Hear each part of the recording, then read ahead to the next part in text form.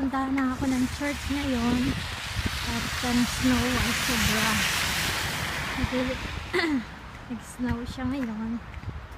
Tingnan nyo guys, it's very very cold right now. Punta ko na church. Sabi ko kanina, kasi umuulan pa rin siya kanina, sabi ko hindi na lang ako magsisimba, pero sabi ko sana huminto na yung snow. Huminto na nga siya, kaya napilitan ako hindi talaga, gusto ko talaga. Kasama ko yung kapitbahay ko ngayon, andun kami mag-meet sa bus stop. Ang ganda, nandito kayo, ang ganda talaga. Maganda siya sa mga first timer, pero nagagandahan pa rin ako kahit medyo matagal na rin ako dito. Yan guys, tingnan mo, pwede nang gawing halo-halo.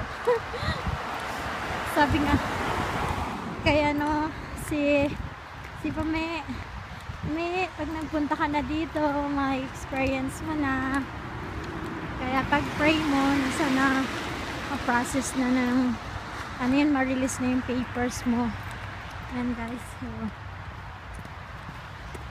ay grabe, so snow talaga. Sige, mamaya na lang ulit tayo. Baka sabihin ng tao na sira na ko ng ulo kasi nag-video ako habang naglalakad.